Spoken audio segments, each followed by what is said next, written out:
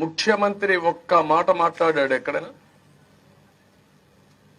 గంజాయి పైన కానీ డ్రగ్స్ పైన కానీ శ్రద్ధ పెట్టాడా ఈ ముఖ్యమంత్రి? ఏమనుకుంటున్నాను? నువ్వు శ్రద్ధ పెట్టకపోతే పోలీసులు ఏం చేస్తున్నారు?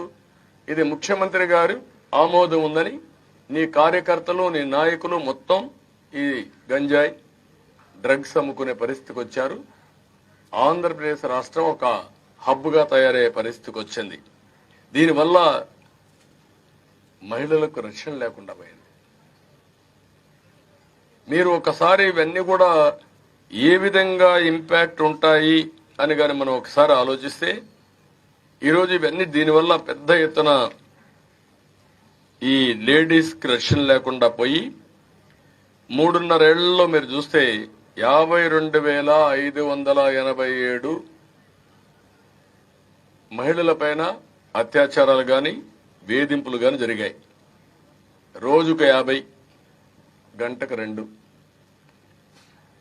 అంటే ఇంకా దీన్ని అడిగేవాడెవడో లేడు. అడిగితే వాడి మీద దాడే.